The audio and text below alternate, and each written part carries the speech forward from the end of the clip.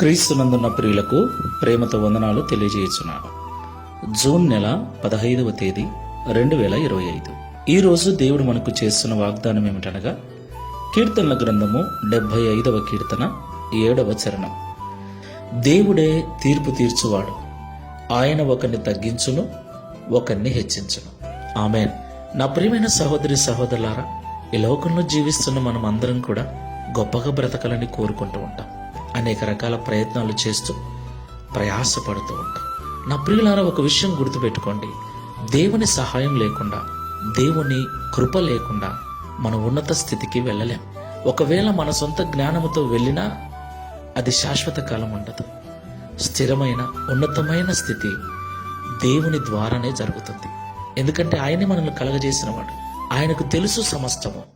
ఆయనే ఒకరిని తగ్గించువాడు, ఒకరిని హెచ్చించువాడు. దేవుని ఎదుట విధేయులమై, దేవుని మాటకు లోబడి, దేవుని సన్నిధిలో జీవిస్తూ, దేవునితో కలిసి నడుస్తూ ఉంటే ఒకరోజు మన చేతుల కష్టార్జితాన్ని ఆయన ఆశీర్వదించి మనల్ని శాశ్వతమైన, స్థిరమైన, ఉన్నతమైన స్థితిలో నిలబెడతాడు. దేవునికి మహిమ కలుగును గాక. అయితే చాలా మంది దేవుణ్ణి విడిచి, సంఘాన్ని విడిచి, ఆరాధన విడిచి, ప్రార్థన మానుకొని గొప్పవారు కావాలని, డబ్బు సంపాదించి సమాజంలో హెచ్చుగా బ్రతకాలని ప్రయాసపడుతున్నారు.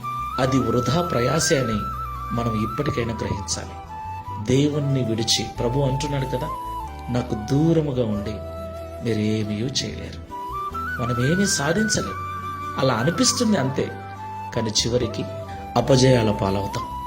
కాబట్టి దేవునిలో ఉందాం, దేవుని దృష్టికి తగ్గించుకుందాం, దేవుని ద్వారా హెచ్చించబడదాం. ప్రార్థన చేసుకుందాం. కృపా సత్య సంపూర్ణమైన తండ్రి, పరిశుద్ధుడైన ప్రభువా, మీకు స్తోత్రాలు చెల్లిస్తున్నాం. వారి వారి క్రియలకు తగినట్లుగా తీర్పు తీర్చువాడవు నీవే. ఎందుకంటే మమ్మల్ని కలగజేసిన సృష్టికర్తవు నీవే తండ్రి. నీకు స్తోత్రాలు చెల్లిస్తున్నాం. మేము తగ్గింపు జీవితము కలిగి నీకు లోబడి జీవించినట్లయితే మమ్మల్ని మీరు హెచ్చిస్తారని మాతో మాట్లాడారు. నీకు దూరంగా ఉండి మా జ్ఞానముతో, మా తెలివితో ఉన్నతమైన స్థితిని చేరుకోవాలనుకుంటే అది వృధా ప్రయాసేనని మరొకసారి మాకు తెలియపరిచినందుకు స్తోత్రాలు.